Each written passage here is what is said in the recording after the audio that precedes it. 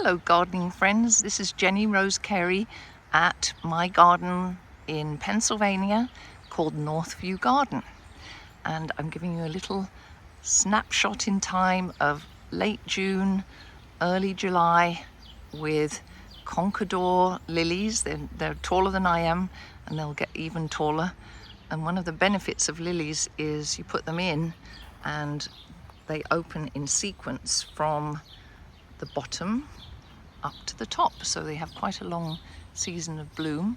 Plus the fragrance right now is, they use the word heady to describe lily fragrance, and I would say that's probably about right.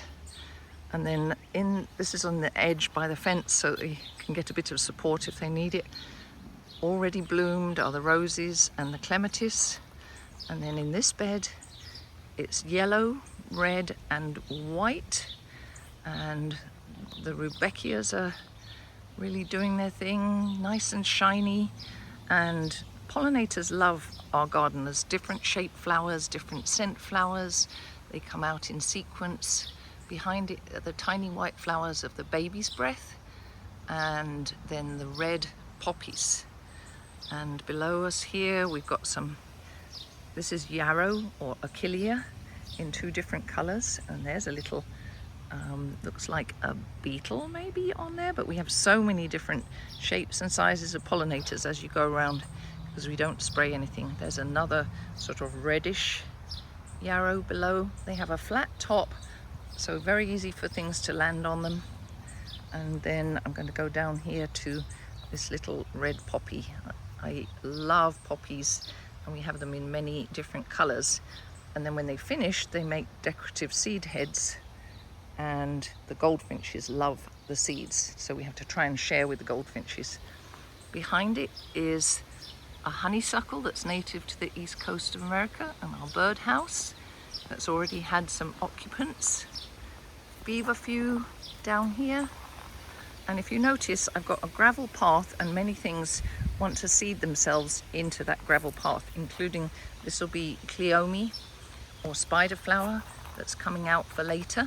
So things are in sequence, and here's what the flower will look like, but all of that row will be in flower. Here's more poppy seed heads to show you. They're very decorative, beautiful design. It's like a pepper pot type thing. The dahlias are coming along. That's one of the first buds there. And so we leave the poppies in for the last of the flowers, but we also harvest some of the seed and save it for next time. You can see the allium seed head in there. And then up here, feverfew again with a different couple of pollinators on it. All of these open faced flowers really make a good job with the for the pollinators.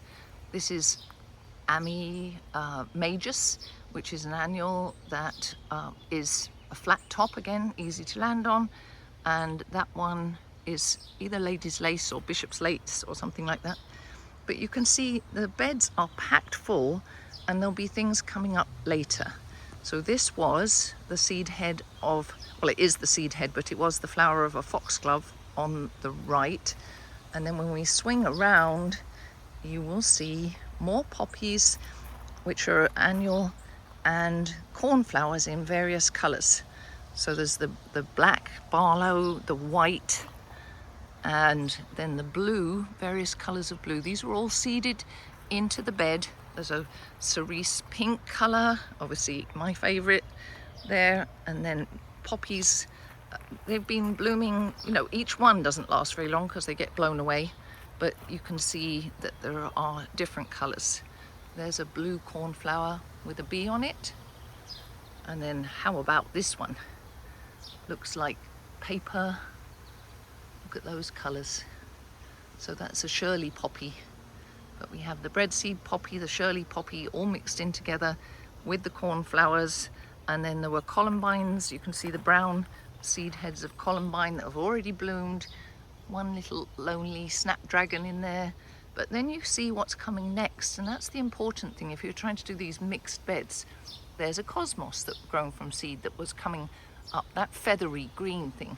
So that as these cornflowers and poppies decline, then you have the next lot waiting to come up in their place. And that's really the key to having a very flowery garden.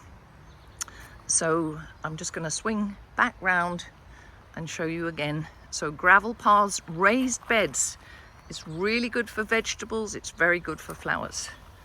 And there, back to the Conca lilies, and I'm just going to reverse and show you one more colour of, this is bachelor's button or centuria, the little powder puffy one, and another colour of the rudbeckia, and I think this is the final one, but one final one, which is the larkspur, which is another annual that we grow from seed. So there's a little taste of a summer garden. It's just swinging from late spring into summer, and we're end of June, beginning of July in the Northern Hemisphere. And I would ask you, if you are at all interested, to subscribe to my Jenny Rose Carey once a month email, and I have a couple of books with another one on the way about shade gardening and flower gardening. So just look up Jenny Rose Carey or go to one of your favorite bookshops. Bye for now. Thanks for listening.